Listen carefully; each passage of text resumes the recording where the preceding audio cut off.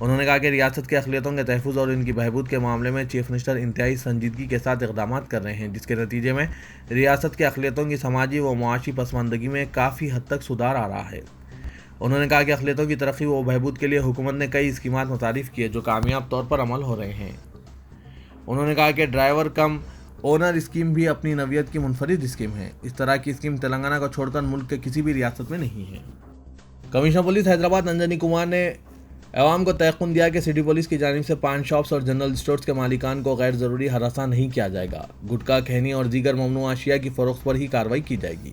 رکن پارلیمنٹ حیدرآباد و صدر مجلس اسد الدین اویسی نے کمشنر پولیس انجنی کمار سے بات چیت کے بعد مجلسی ارکان مقننہ احمد پاشا قادری، معتمد عمومی مجلس نے additional commissioner police law and order D S Chauhan سے پان شاپ اور جنرل اسٹورز و اونرز کے ذمہ داران کے ہمراہ ملاقات کی۔ ایڈیشنل کمشنر پولیس کو بتایا گیا کہ پان شاپ اور جنرل اسٹورز کے مالکان خود رضاکارانہ طور پر گٹکا اور کھینی فروخت نہ کرنے کا عہد کر چکے ہیں، بلکہ ان دکانوں پر اس سلسلے میں بینرز بھی نصب کریں گے کہ ان کی دکانوں پر ممنوع اشیاء فروخت نہیں کی جاتی ہے۔